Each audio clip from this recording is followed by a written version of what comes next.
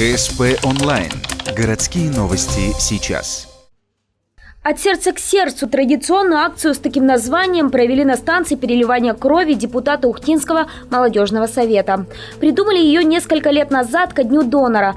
Акция так прижилась, что стали проводить чаще одного дня в году. С каждым разом она становится все популярней. Как правило, сдать кровь можно только в будний день. А тут станция работает еще и в субботу. Тем, кто с понедельника по пятницу трудится, самое удобное время. И подтверждение тому цифры. За 2 часа на забор крови пришли 40 человек. В прошлый раз у нас было около 35 литров донорской крови.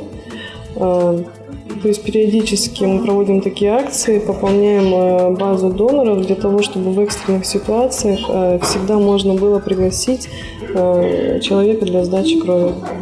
Так, от сердца к сердцу депутаты молодежного совета привлекли уже не 100 новых доноров. Сложно сосчитать, скольким людям они помогли. А нужно для этого всего ничего – 10-15 минут своего личного времени и 474 миллилитра крови. В качестве благодарности на выходе все получают грамоту и календарик. А каждому юбилейному 10-му донору вручают еще и билет в кино. Организаторы говорят, проводили бы такие мероприятия чаще, но сдавать кровь можно только после 2-месячного перерыва. Так что следующая акция пройдет в декабре.